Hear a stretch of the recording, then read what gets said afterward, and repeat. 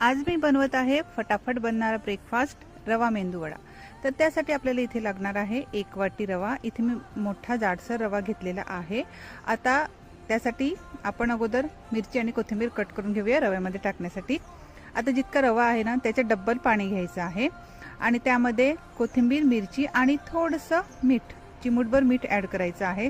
थोडंसं मी पिझ्झा ऑर्गॅनो सुद्धा ॲड केलेला आहे आणि आता पाण्याला उकळी आल्यानंतर त्यामध्ये रवा ॲड करून घ्यायचा आहे आणि रवा बनवून घ्यायचा आहे। ठीक आहे। आणि इथे नारळाची चटणी बनवून घ्यायची आहे। रवा थंड झाल्यावर थोडंसं तेल लावून छान असं मळून घ्यायचं आहे आणि आपण चपातीसाठी जसा गोळा बनवतात ना तसा गोळा बनवून घ्यायचा आहे। आता एक लाडू घ्यायचा आहे, लाडू बनवून घ्यायचे आणि मेंदूवड्याचा शेप द्यायचा आहे। सर्व मेंदूवडे असेच बनवून घ्यायचे आहेत आणि आता शॅलो फ्राय नाही तर डीप फ्राय सुद्धा करू शकतात। दोन्ही बाजूंनी अलटून पलटून खरपूस असे फ्राय करून घ्यायचे छान असा गोल्डन ब्राऊन होईपर्यंत आणि आपला रवा मेंदूवडा तयार झालेला आहे। एन्जॉय।